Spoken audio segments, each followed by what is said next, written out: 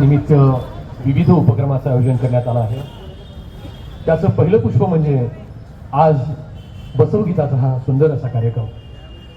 या कार्यक्रमाचे अध्यक्ष, ज्यांना एक मोठी परंपरा लाभली आहे, असे प्रमोदजी शेटकर सर. वीरशैव इतिहास जिवंत ठेवण्यामध्ये ज्या महामानवाचा मोठा वाटा होता, त्यांचे वंशज म्हणजे प्रमोदजी शेटकर सर.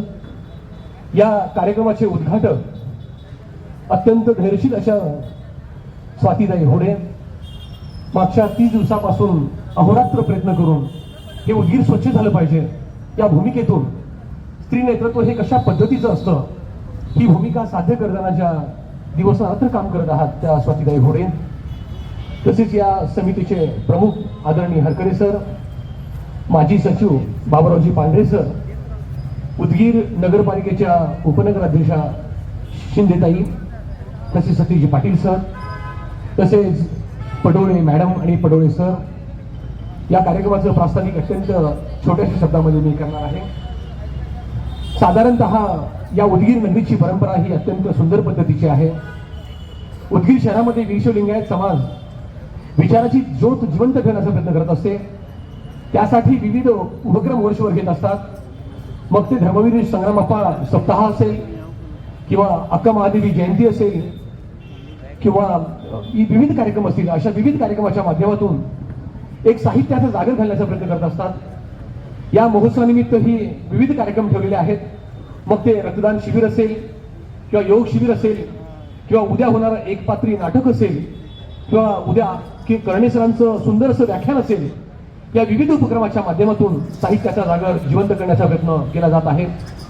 खऱ्या अर्थानं आपण जर पाहिलं तर कोणत्याही समाजाच्या साहित्यावरून त्या समाजाची ओळख होत नसते. त्या समाजातील लोक कशा पद्धतीचं आचरण करतात यावरून त्या समाजाची ओळख होत असते. जेव्हा स्वातंत्र्याच्या काळामध्ये डॉक्टर बाबासाहेब आंबेडकरांनी 1935 साली धर्म परिवर्तन करायचं आहे हे त्यांनी घोषित केलं. 1936 साली मुंबई या ठिकाणी एका मैदानावर 40,000 लोक जमले होते. त्या ठिकाणी बाबासाहेब असं म्हणतात, मी सगळ्या लोकांशी चर्चा करून मी धर्म परिवर्तन करणार आहे. तेव्हा त्याचा उल्लेख करतात की विविध धर्माची लोक माझ्याकडे आली होती. मग ते शीख धर्म असेल किंवा लिंगायत धर्म असेल किंवा इस्लाम धर्म असेल किंवा ख्रिश्चन धर्म असेल, हे सगळे धर्म आले होते.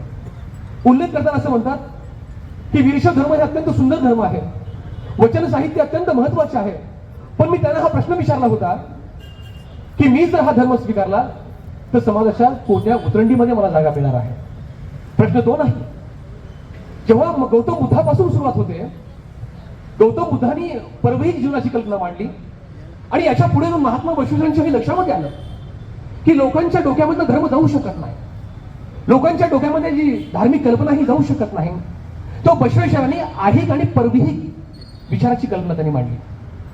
अत्यंत सुंदर अशा पद्धतीनं आहिक आणि परवैहिक विचाराची त्यांनी कल्पना मांडली आणि धर्म आणि विचारधारा आणि लोकांचं जीवन याचा सुंदर सांगड घालण्याचा प्रयत्न बसवेश्वरांनी केला.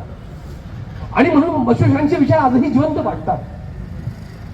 लिंगायत धर्म हा एक वैज्ञानिक परंपरेचा धर्म आहे आणि ही विचारधारा जिवंत ठेवण्यासाठी ही व्याख्यानमाला आयोजित केली जात असते.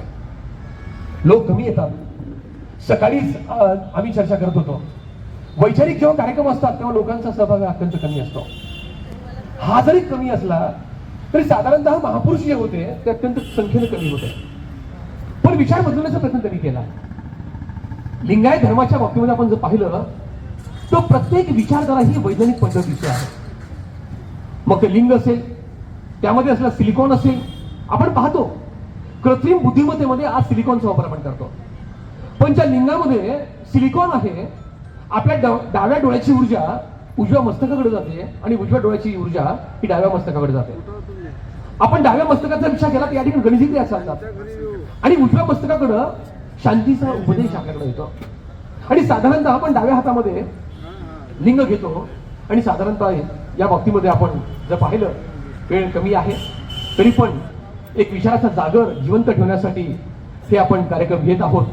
निश्चितच यासाठी किती प्रतिसाद आहे हे महत्वाचं नाही, पण प्रतिसाद आहे, आपण उपक्रम घेतो, लोक उल्लेखनीय सहभाग नोंदवतात आणि याच्या माध्यमातून हा विचाराचा जागर आपण जिवंत करण्याचा प्रयत्न असतो.